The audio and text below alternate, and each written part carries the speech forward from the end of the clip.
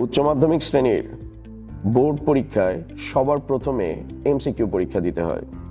আর MCQ পরীক্ষাটাতে যদি disaster হয় তখন ওইটার ইম্প্যাক্ট সিকিউ অংশেও পড়ে, ওভারঅল সম্পূর্ণ পরীক্ষায় পড়ে। আর একটা পরীক্ষা খারাপ যাওয়া মানে কি অন্যান্য পরীক্ষায় সেটার এফেক্ট পড়ে, যেটা 2025 সালের শিক্ষার্থীরা খুব ভালোভাবেই অবলোকন এবং অনুধাবন করতে পেরেছে। এখন তুমি যদি সেই কাতারে পড়তে না চাও তাহলে একটা গাইডলাইন তুমি শুনো। আমি তোমাকে 3টা স্টেপ বা 3টা টিপসের কথা বলবো, সেটা যদি তুমি ঠিকঠাক মতো করে ফলো করো তাহলে আইসিটির এমসিকিউ অংশে তুমি 25-25 কনফার্ম করতে পারবা।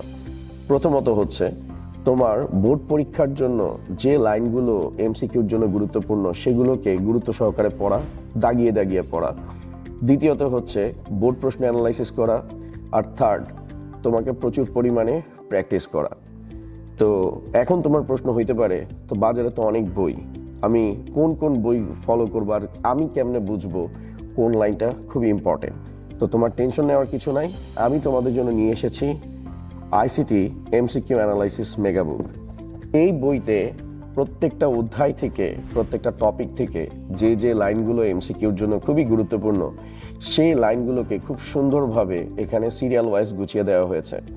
এবং তার সাথে বিগত বছরে ওই অধ্যায় থেকে, প্রতিটা অধ্যায় থেকে কি কি টাইপের এমসিকিউগুলো এসেছে 2015 থেকে 2025 সাল পর্যন্ত সকল এমসিকিউ ব্যাখ্যা সহ বইতে উল্লেখ করা আছে। এই 3টা জিনিস তুমি যদি ঠিকঠাক মতো ফলো করো, ইনশাল্লাহ তোমার উচ্চ মাধ্যমিক শ্রেণীর আইসিটি এমসিকিউ অংশে 25-25 আল্লাহ ছাড়া কেউ ঠেকায় রাখতে পারবে না। তো আর দেরি না করে আজই সংগ্রহ করো আমার আইসিটি এমসিকিউ অ্যানালাইসিস মেগা বুক, কারণ তোমার উচ্চ মাধ্যমিক শ্রেণীর আইসিটির এমসিকিউ অংশে 25-25 পাওয়ার এটা ম্যাজিকের মতো কাজ করবে।